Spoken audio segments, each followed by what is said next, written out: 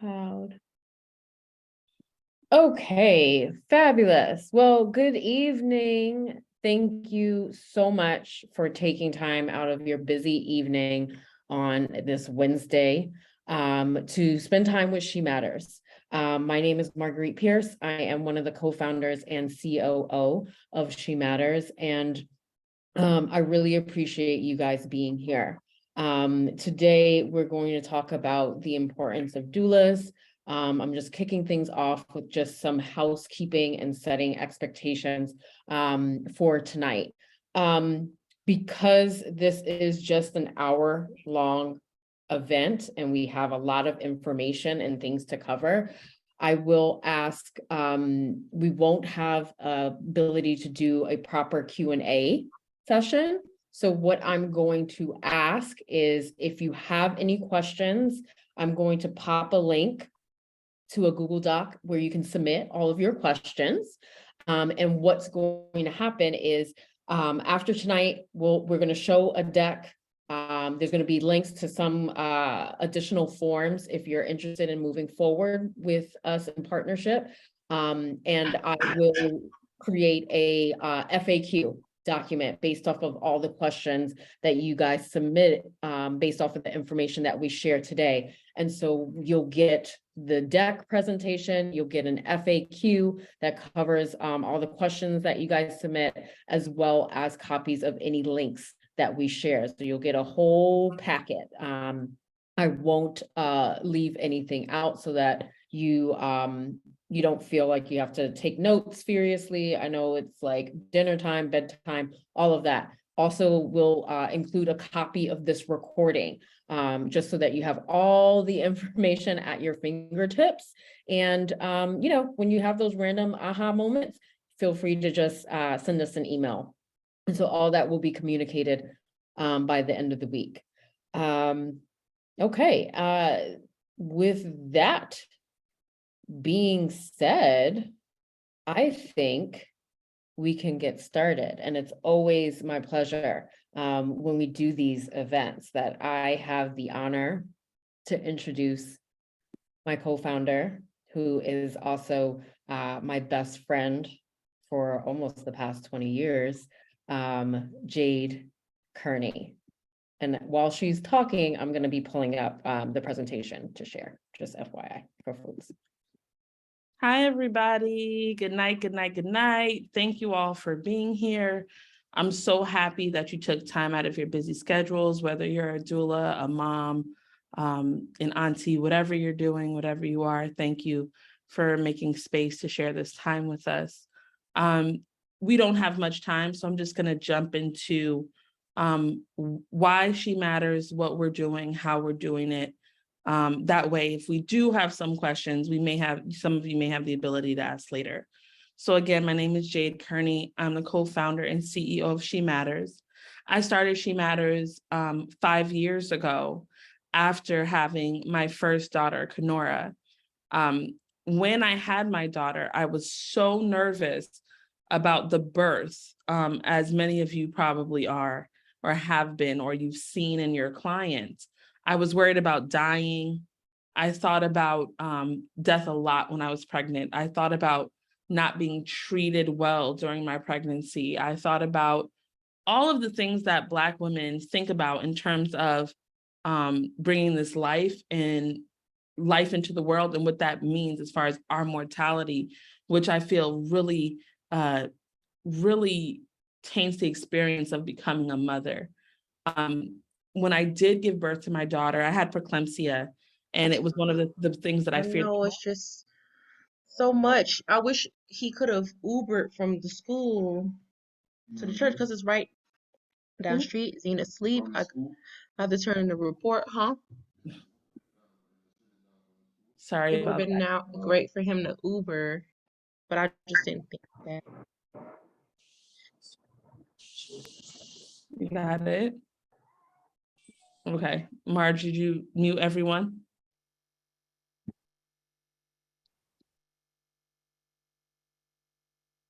Hello?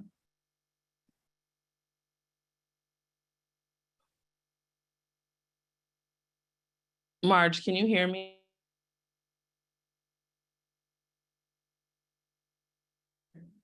Okay, sorry about that, you guys. Some technical difficulties. It's bound to happen on Zoom. So when I gave birth to my first daughter, Kenora, I had preeclampsia. It was one of the things that I worried about the most. And I had a doula, and a very experienced doula. My doula was on the call, is on the call right now. And we worked through what my fears were. We did a we did a class together, like a Lamaze class. I believe it was hypnobirthing we did together, Regina. We talked about all of my fears and anxieties beforehand. And when I went in the room, even though it was an emergency birth and I had preeclampsia, I felt like I was in great hands because I had an advocate with me. I hemorrhaged a little during the delivery. I think my blood went down to 6, Regina. And then I had postpartum anxiety OCD. What I didn't realize was I thought the hard part was actually having my children, but the roughest part was my postpartum period. No one had prepared me for all of the bricks that crumble on a mom once she's had the baby. So what do you mean, Jade? Anxiety and depression. The anxiety fell on me like a ton of bricks. I didn't know who to talk to. I didn't know where to go. And when I went to friends and family, if you are part of the African-American community on the call, it's really difficult to discuss mental health, right? Because of cultural stigmas around mental health. So I did go to my mom and I was told, we don't have time, Black people don't have time for postpartum depression. I did go to a cousin and she said, maybe I waited too long to have my first child. So I felt a lot of shame when I reached out to family and friends. Marge has been my best friend for almost 20 years. I didn't even tell her everything that I was dealing with at the time because I just felt I'm weak in this space. Like there's no help for me. I reached out to my healthcare provider and he sent Zoloft.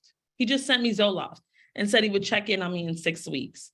And for me, what that meant was this person is not hearing me. I'm telling them I have a fear of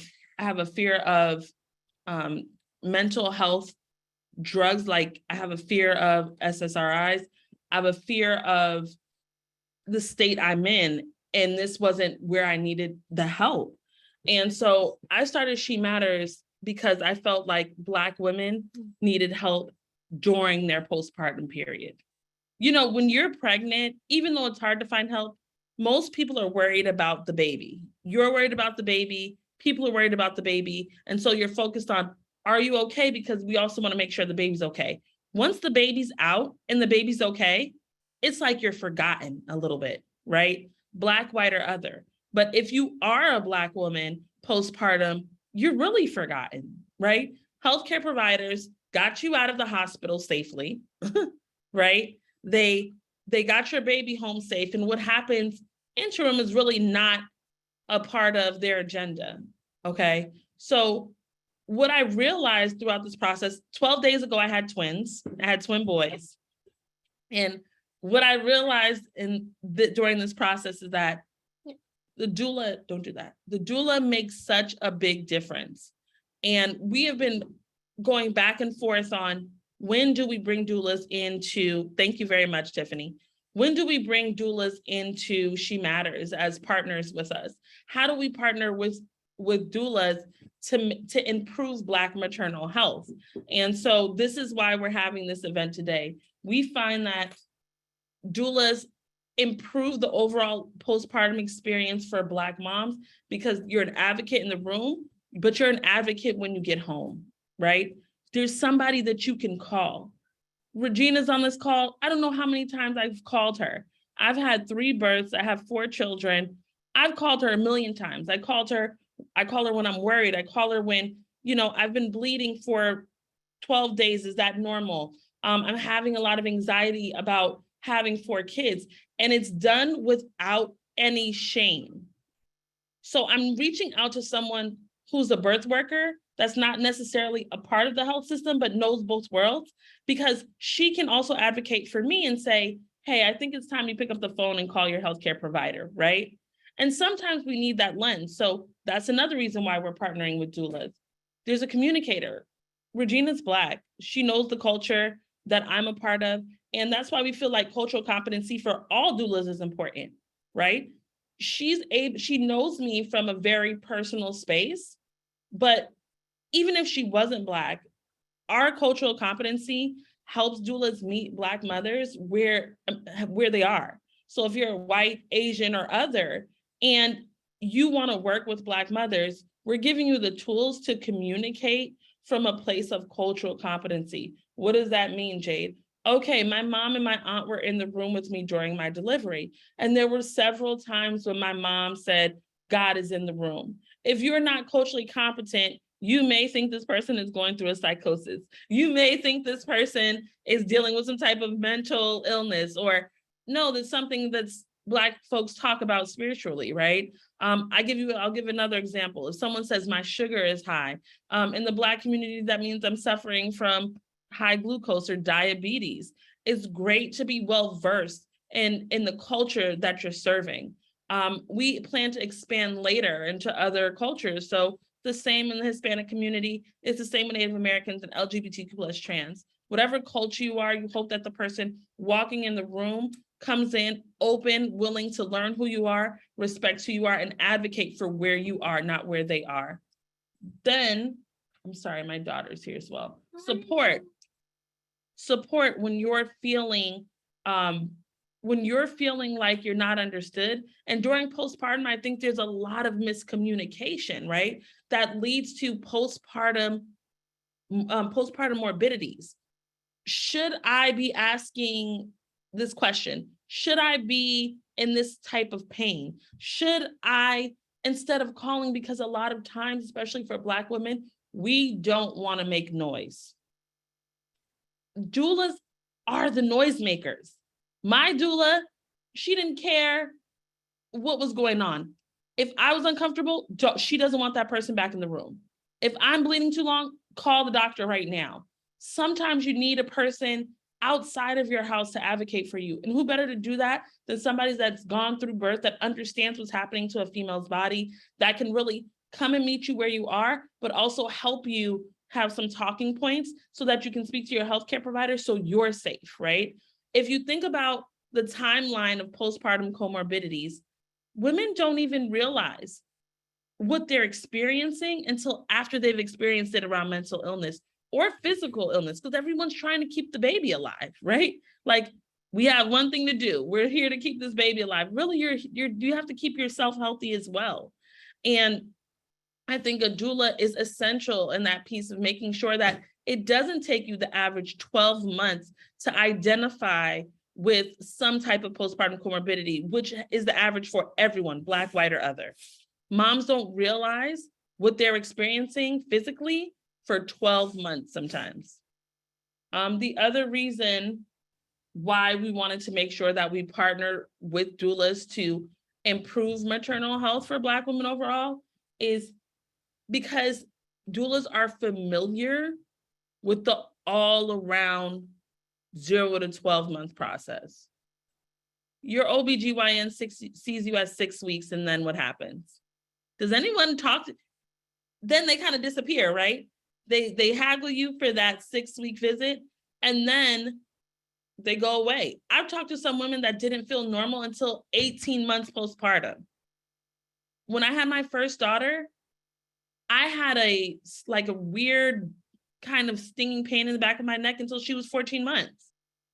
I had to go to acupuncture. I think I went to several different doctors to try to figure out who it was, but none of those doctors were my OBGYNs, right? I went to the outside community because I just felt like I'm complaining at this point. All of the work is done. Yes, postpartum doulas do rock. And that's why at She Matters, we really want to partner with doulas who can be our communicators, our advocates, not only during birth, but postpartum. Because if mom's not feeling good, then no one's gonna feel great, right? So that is my spiel on why we're here, why we wanna work with you, why She Matters was created. And so I think the next step is we're gonna bring Rachel on, right, Margie? So we have Rachel here. Thank you so much, Rachel, for being here. Rachel is the founder of Birth Queen.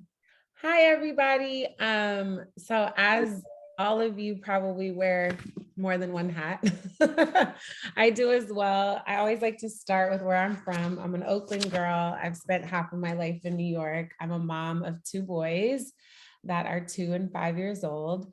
And I, by trade, am an actor, trainer. I immediately was like really passionate about women and mothers. So I kind of have specialized in pre and postnatal fitness. Oh, yeah. I like it. Don't get me started. I'm gonna get hypey. I love the active chat. And I'm also a doula, a lactation counselor. And when I was pregnant with my son Baldwin, who was born in 2020, I was really struggling with anxiety. Like I couldn't go to sleep, and I don't have that problem. I go at 100 and then I crash. And I realized I was really afraid to have another Black son. Fast forward 6 months after having him, I founded Birth Queen, which is a nonprofit to combat the Black maternal health crisis. And I just know it's too hard to do the work, amplify the work, fundraise, and all the things. And as Black women, we typically do all the things. And I don't want us to have to do that, nor is it our responsibility to fix the Black maternal health crisis. But I feel better when I feel like I'm doing something. Sorry, this light in here is like being weird, but it doesn't matter.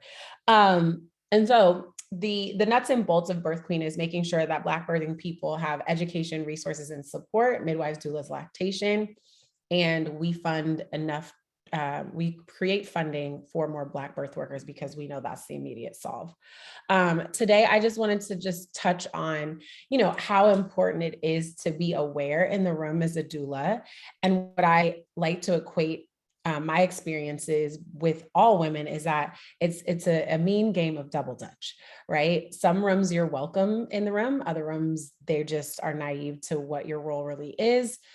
And I think it's really important as a doula to know that you can be doing a great job sitting in a chair, or you could be doing your job actively coaching a woman to push or advocating for her when you feel like something has gone awry.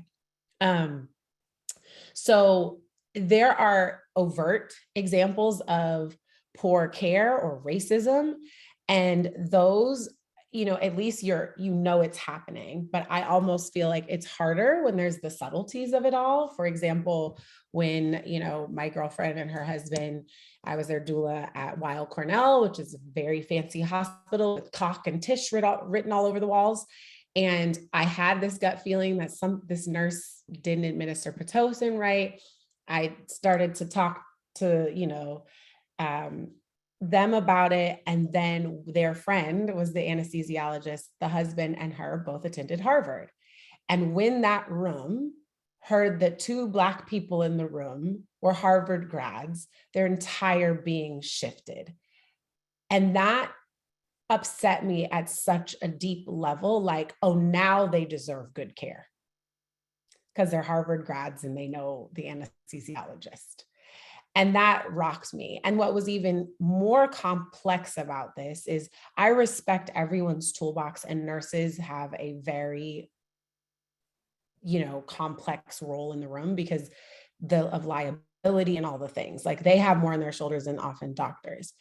And I watched a Black female OB stick up for a white female nurse who didn't do the right thing. And so it's those idiosyncrasies, these like weird kind of intangibles that are very challenging to deal with in a room. And they can be very upsetting, especially if mom isn't getting ideal care. But having to have the wherewithal, the soft skills to manage your emotions, to always center and prioritize mom and her needs. And the beauty of it is I did speak up, right? And that OB is like, I'm her number one doula. And I was like, really?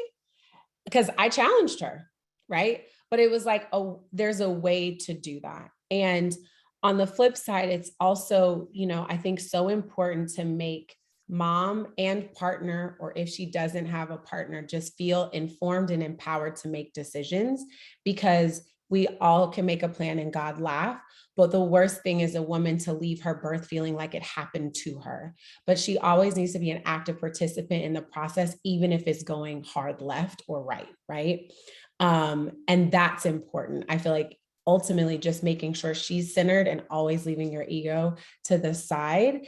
And I think with our community, to piggyback off of what Jade is saying, is making sure the room is aware of just things that you don't always ask. If a person has a partner, doesn't have a partner, is married, isn't. These are things that often they like to ask Black women, like, where's your husband? Well, you might not have one, and that's none of your business, right?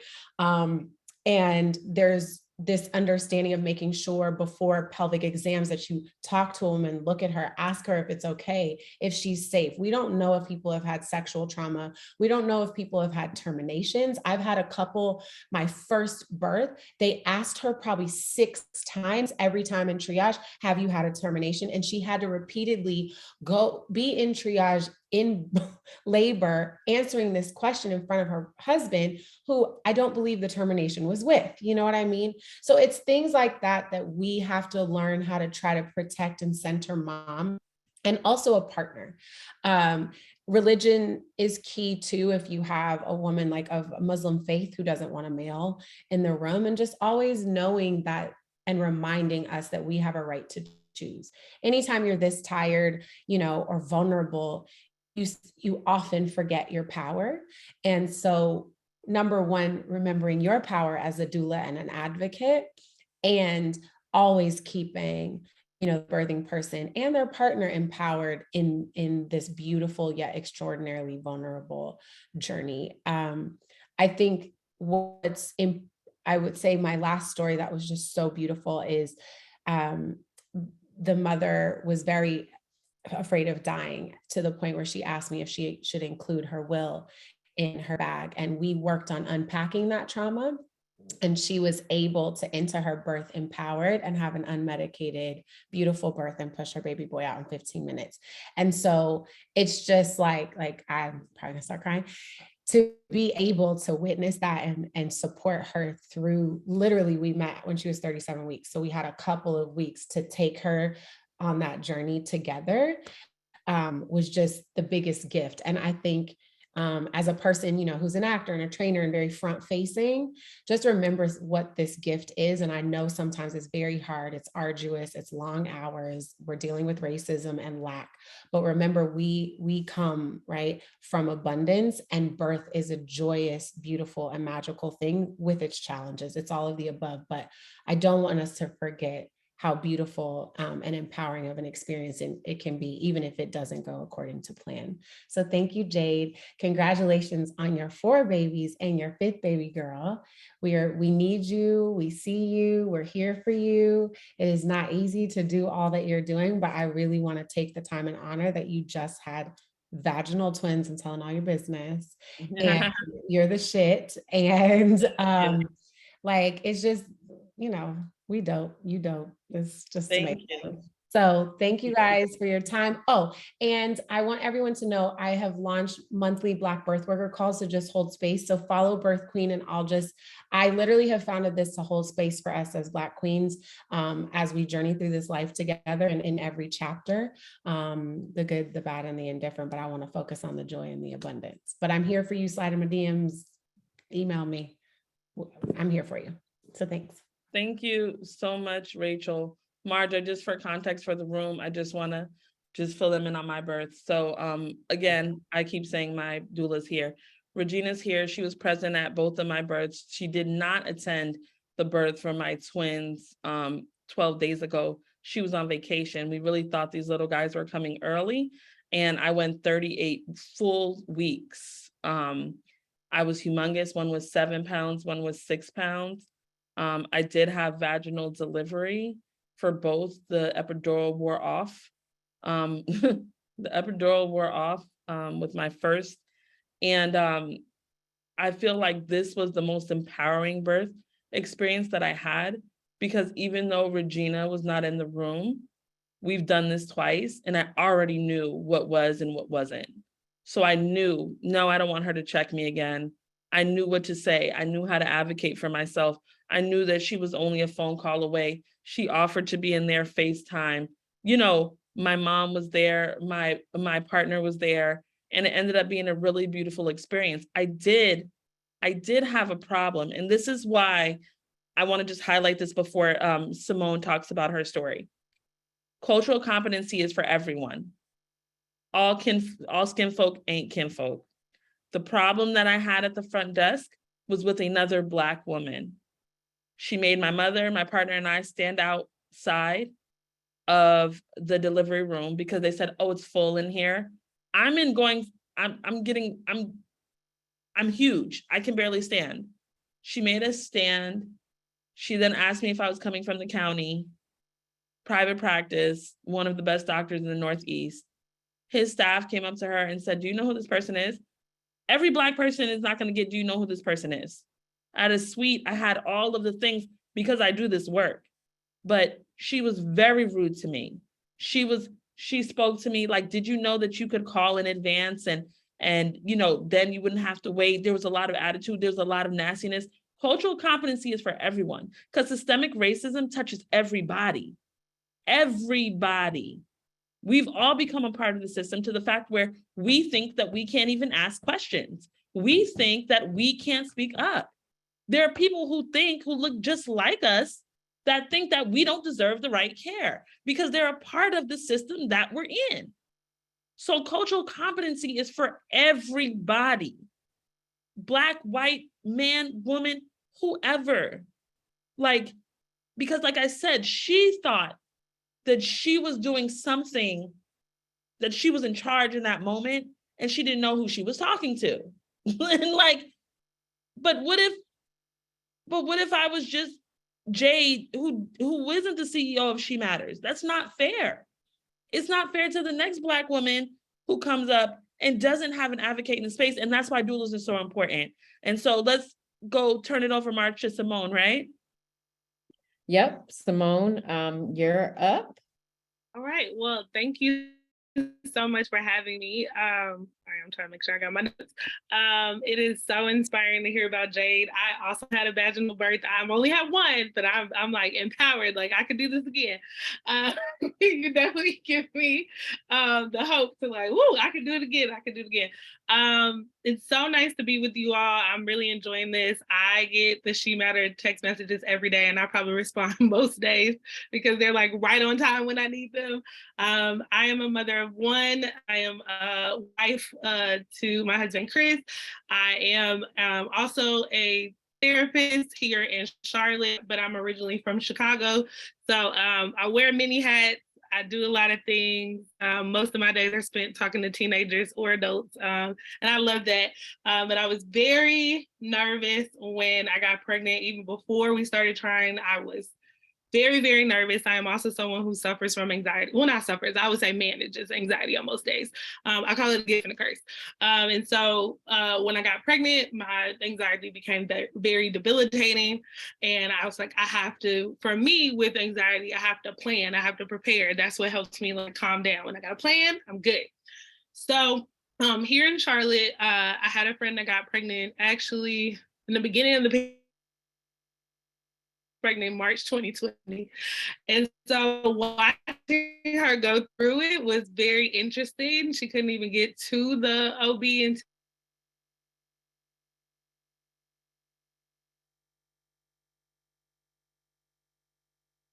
it's like she could only have one person in there, but she had a doula. And so her doula's name was Amira, and Amira ended up being my doula. And I'm gonna tell you the story real quick on how I knew Amira was gonna be my doula. So Amira was talking to my friend throughout her pregnancy and during the labor on the phone, making sure her boyfriend was really supportive and all these things, because at the time, height of the pandemic, they weren't letting a whole bunch of people in. She gets home from having the baby and her feet are swollen for days. 2-3 days. And she day and Iris like, you got to go back to the hospital. Something's not right. Like she's, constantly checking in, and she advocates for my friend. And I say often that my doula, not my doula at the time, but became my doula, Amira, saved my friend's life, knew that something was going on, something that, when she went in for doctor's visits and all these other things, they missed. And she had to be in the hospital for another day or two. But again, my friend is here to be with her child, is having a second child, is using our doula again. But I said, Amira's gonna be my doula. So I got pregnant February 2021. And as soon as I was like, okay, I'm really having a baby, I said, where do I put the money so I can lock you down for November 2021? And she was so kind and so sweet and so nice and really knowledgeable, and talked to me on the phone for like an hour. I'm such a phone person. I love talking on the phone. So I love that about her. My husband was very involved, and I appreciated how she empowered him to like ask questions. And when we would go to the doctor, he would remember all the questions I forgot and had them in the phone. And then we would talk back to Amira like, hey, this is what happened. What do you think? Blah, blah, blah. This is how the baby's doing. She made me feel really comfortable about advocating for myself, and then also advocated for me when I couldn't figure out the words, or was able to tell me what to say if I was confused about something that happened during my visits.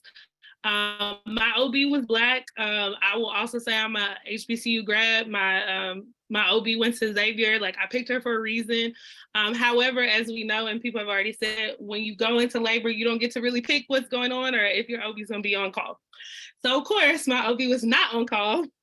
I had a white OB. I liked her. She was cool. And she seemed very aware of, like, she wanted to make sure I had a safe birth. And actually, when I got into triage, my blood pressure was up, and I never had any issues with my blood pressure the whole time I was pregnant. So they were a little concerned, and they were like, okay, do you have high blood pressure? And I'm like, no, I don't. But some things kind of popped up. Let me also say, I forgot to say, my doula helped me really feel confident in waiting to go to the hospital until I felt like I absolutely had to. I probably was in labor like a day or so before, but I was like, I'm okay. Like, I don't feel like I need to go yet. And she was like, no, like, go when you feel like it's time to go. I trust that you know what's going on. You can text me all night.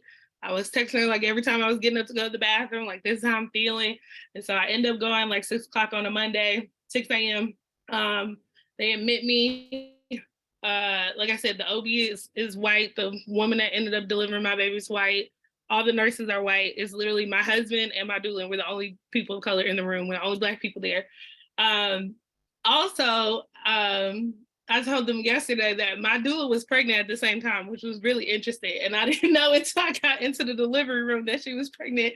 But despite fighting her own like morning sickness and stuff, she came and she supported me. I felt so comfortable, and I was so glad that there was someone who knew me, who looked like me, who was there to advocate for me.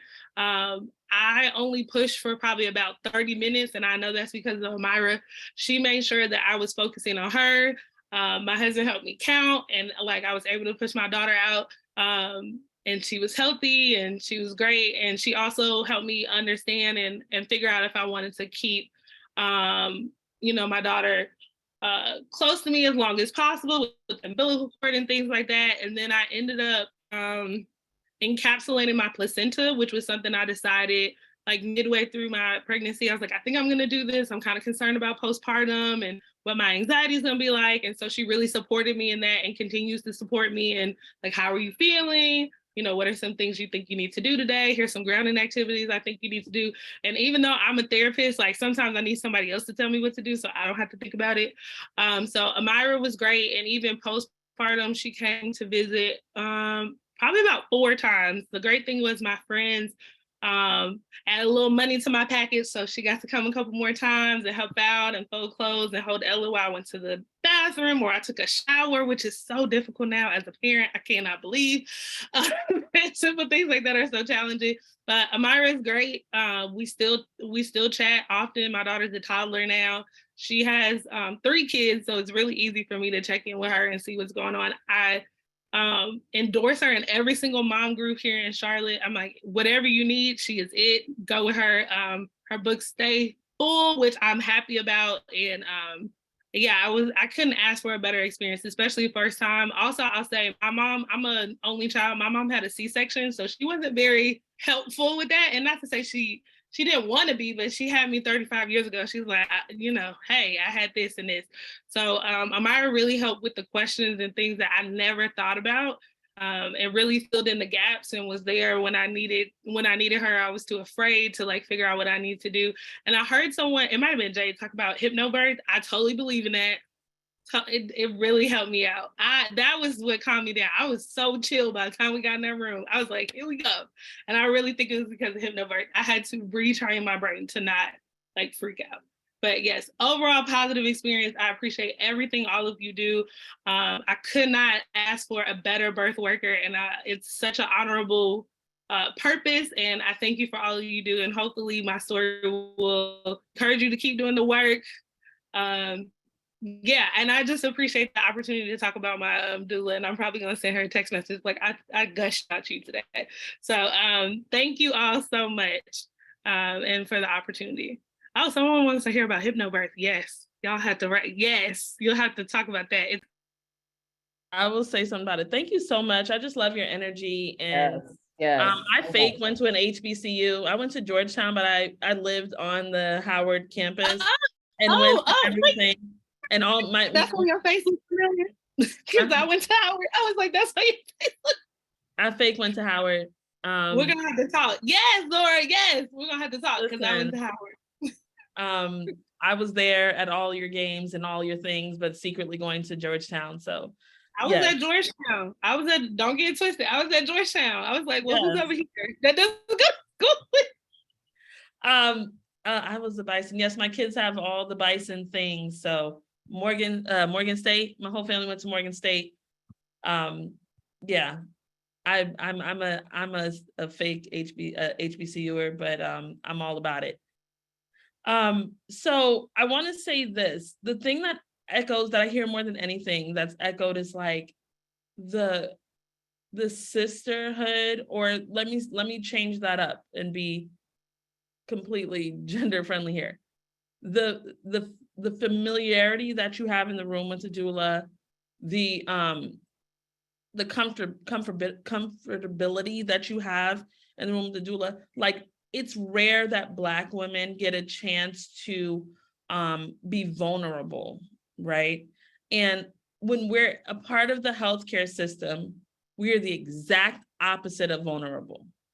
We are closed up tight like a clam, and you can't have a baby if you're closed up tight like a clam. So you have to have some type of, you have to relax, right? And if you're not relaxed, if you're stressed out, if you don't trust the people in the room with you, it will have an effect on not only your birth, but your postpartum period.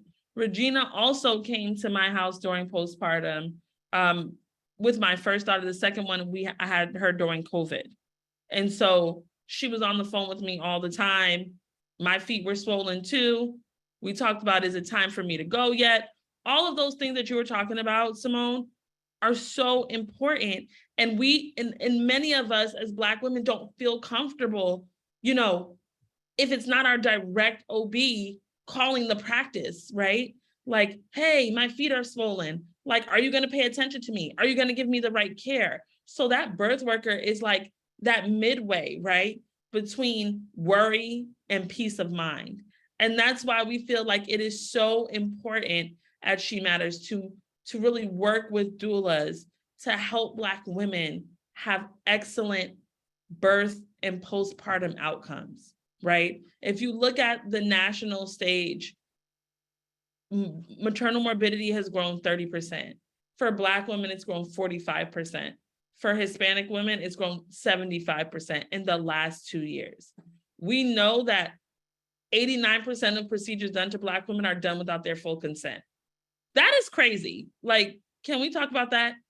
89% of procedures done are done without a Black woman's full consent. Yes. How can the outcomes be positive? How can, if you aren't even in the space if you haven't okayed what's being done to you, you feel manipulated, right? Mind, body, spirit. How can you go into a procedure feeling your best if you feel like you've been manipulated into something? And that's why I think the doula experience is pivotal in decreasing Black maternal morbidity. Marge, you want to go to the program and you want to talk about it? Or you want me to do it? It's up to you. No, go ahead, because I'm doing all these back end. Yes, no, I got it. Okay. Can you see my screen? You guys can see the screen though. Yeah, we can see it. Okay, great. Okay, but go ahead.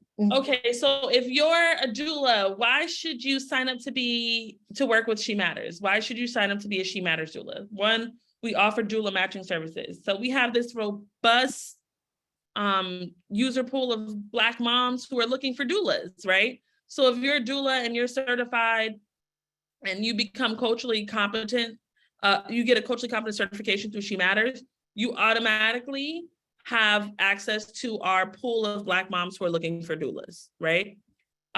We provide support and guidance to mothers and doulas through the pregnancy. So for example, if I wasn't so stuck to my doula and she said, I have another doula who could attend the birth, and I agreed, I could have had a doula kind of last minute, right? And I've heard plenty of stories where a doula couldn't make it, there was an emergency. We provide last minute doulas that are culturally competent, right? That understand that you're in a vulnerable space because your doula couldn't be there was some type of emergency. We make sure that you as a doula, you're informed, but you're ready to go in. So the opportunity for last minute work, but also for mothers to have last minute support. We offer specific needs like different birthing methods like hypnobirthing, which we talked about earlier. Our doulas, we just have some postpartum doulas. We have doulas just for birthing. We have doulas who are part of the LGBTQ plus trans community. Whatever kind of doula you want to help bring in your baby and help your postpartum period, we make sure that we have that and we offer that to moms. So if you are like a trans birth worker, you're welcome here. If you are an Afro-Latina and you want to specifically work with, Afro-Latinas and have, be a language advocate in the room, we would love to have you. Like, we want everyone here to offer everything to everyone as far as their comfort level and their culture. Because yes, we're Black, but we're not a monolith, right? Like, we're all different. Overall, the point of our program is to improve childbirth experience for Black moms, but also to improve the postpartum period, which is really what we're focused on, and to reduce Black maternal morbidity specifically. We want doulas from all walks of life, Black, white, or other. We do really push doulas of color because women in our circle are Black, right? So we look for Black doulas, and there's a shortage of Black doulas. There's a shortage of Black midwives. So if you're a doula and you know other doulas who want to be certified as culturally competent, please share this with them so that they can be a part of our community, so that when a Black mom says, hey, I would specifically like a Black doula, we can help her, right? Some moms really don't care. Some moms just want a culturally competent doula. So if you're on the call and you're Black, white, or other, we want you here too. We just want to make sure you're culturally competent and you go in the room with the same type of confidence that a Black woman who's culturally competent would go in, right? Like, you feel comfortable with the mom that you're working with. Again, this is a partnership, right? We want you guys to be a part of the community. We want you to sign up with us, and we want you to be, spearheading what we're doing this year, which is increasing or reducing Black maternal morbidity by increasing support, by increasing community advocacy to Black moms.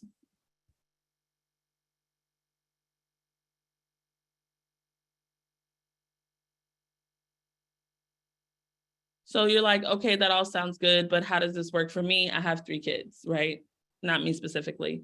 Here are all the benefits, and I won't go through all of them, but we have a really strong reputation in the Black community. You have access and guidance. That's what we really want to make sure you understand. Like, we would make sure that you feel supported, not only the mom, but you as a doula will feel supported. Because let me tell you, if you're a doula, then you're in the business of being in your own business. And if you're a Black woman and you're in your own business, you see all of the lack of, for lack of a better word, fuckery around you getting your coin, right? So we make sure that that's not a problem.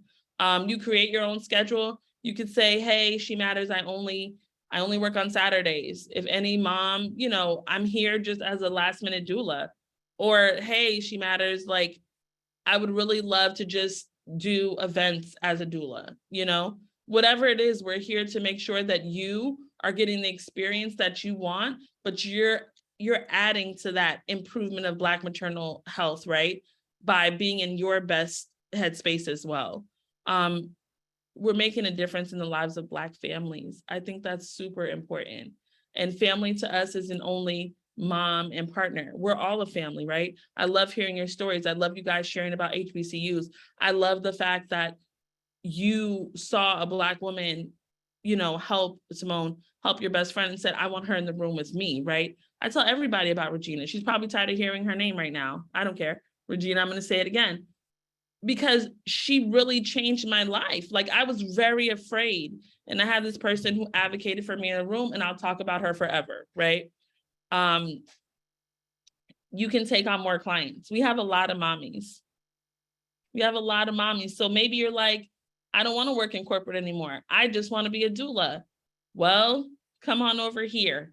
Take the cultural competency and, you know, pair with a number of moms. Maybe you want to take it to the next level. And so those are just some of the benefits of working with us. Mar, do you want to go to the next thing? So a requirement to be a part of our platform, simple. You have to get a She Matters certification. You have to be a certified doula, and you have to have doula-specific soft skills. So some of those things that Rachel was discussing earlier, like reading the room, like being, what's the right word here, Marge? Like understanding that people have different types of families, different types of partnerships, being, oh, what do you, Yeah. Empathic. who said Wait. that? Rachel? Empathic. Yes. Yes, empathic. Yes, absolutely. Just upholding yourself to a certain level of professionalism, right? And confidentiality, like all these things that, you know, we're throwing out all these terms, which might seem obvious, but these are really crucial to the relationship that you build with your mom, right? Emotional intelligence, right? Being able to meet people where they are, and know how to emotionally support them. You know, it's funny because I said to Jade's partner before she went into labor, I was like, hey, you know, Jade can be really anxious, you know, with her delivery. So if you're feeling anxious, I need you to keep it inside, because it's not going to help if you're anxious too. It's just going to be chaos, right? Like, so being able to manage your emotions effectively for the mom that you're working with. And you know, other things that go into that category. My doctor said something, and I have a wonderful practice, one-to-one female care, Morristown, New Jersey, Dr. Garfinkel, and the doctor who actually delivered both my girls, Dr. Maringer. She's amazing. She's a mother of 6. She said to me, because she knew Regina wasn't there, she knows who Regina is. She looked at me and she said, nothing's an emergency, not even an emergency, because we're in the hospital. You're already here. I've seen it all. You're already here, and we're just gonna do this. Not every OB is like that. Thank God for her. We're just gonna do it, because I started to freak out. Morristown practice. I started to freak out because I was like, how am I gonna push out 2 babies? You know, like when it's time to go, I think anybody who has actually pushed out a child, you know, you start freaking out a little bit, like, oh, here we go. It's like an adrenaline rush. And so she looked at me and had so much confidence in me, but she also knew my doula. She also knew my family. She also knew, she knew what was going on with me. And so I think that's why, if you're not familiar with the practice you're at and you have to change at 37 weeks or 27 weeks or 25 weeks, that doula is pivotal, right? And making sure that you feel comfortable. Marge, you want to go to the next thing, if there's a next thing? So if you're interested in working with us, oh my God, we want you to work with us. We want you to sign up as a doula. We want you to take our culturally competent certification. We are so excited about this year and all of the work coming down the pipeline. I am not sure if many of you know, but as of January 1st, 2023, Medicaid now pays for doula services. So each mother gets up to $1,100 for doula specific services. And so it's super exciting. It's super exciting to know that our reach, right? Our reach isn't just going to be for those who can afford it. And we don't turn down anyone. So that's the other thing. If there's a mom who's like, I can't afford a doula, we make it happen. Like we're not turning anyone down. I don't care if I have to call Regina and I have to pull a favor. Call Rachel, I have to pull a favor. We're not turning any mommies down, right? And so I want you guys to keep that in mind. But please, please, please, if you're interested in working with us, sign up. If you know other people who are interested in working with us, sign up. There's a lot of work coming down in California, in New York, and Georgia. So I don't know where you're a doula. I don't know if you're on the Alabama-Georgia state line and you want to drive over to Georgia. I don't know. But those are the areas where we have a lot of work coming down the pipeline, and we really want to partner with you all. And I'm so excited that you're all here. I always feel good at the end of the night, even though I'm going to be up because my twins are little bats. They sleep during the day and they're up at night. And I'm always excited to just have fellowship with other Black women. Like I'm always excited about that. And Black folks in general. I'm just so happy that you guys are here because it makes the work that Marge and I do, it makes it purposeful to know that you guys really care about what's happening to Black moms. So thank you. Thank you. Thank you. If you have any questions, please, please, please reach out to us. Marge is the powerhouse behind She Matters. If you Googled us, you probably see me, but it really is, I'm like Pinocchio and Marge is there like this. So if you have questions, please ask Marguerite. Yeah, so I popped 2 links in the chat, one for questions because it's already 3 minutes to 8. And one, if you're interested in partnering with She Matters and working as a She Matters doula, as well as taking the cultural competence training, complete that form. So even if you're just interested in the training and you don't necessarily, you have more work than you can handle, still fill out that form and we can kind of sort through those details later.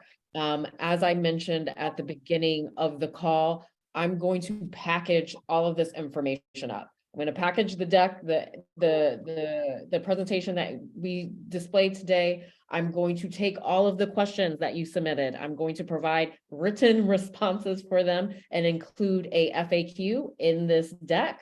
I'm going to also include the interest form. It's actually already here, hyperlink there. So if you didn't get a chance to fill it out now, or you want to sleep on it some more, you can fill it out later.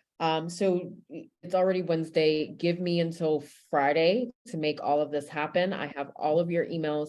Yeah, feel free to use the question link. If you have an aha moment at 3 a.m., feel free to use it then as well. Okay, if you do work, I just saw a question, but if you work with other organizations, you can still work with us. Yeah, you can be part of something else and be a part of us as well. We're all there's enough Black maternal morbidity to go around. That's morbid, but I always say that. Do the work there, do the work with us. There's a lot happening. So feel free, you can work with us and you can work with other people as well.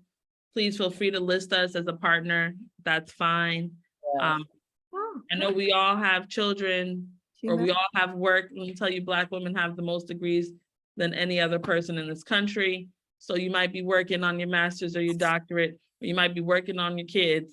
So we don't want to keep you. That was my child. So we don't want to keep you. So again, if you have any questions, please ask us. You can follow us on our socials at shematters.io for Instagram. And Jade Kearney Official is my Instagram, my personal one. If you ask me a question, I will answer you. Yeah, that's it. Reach out to us. Thank you guys so very much. Thank you so much for joining. We appreciate all of you. Hi, Auntie Marge. Hi, baby. All right.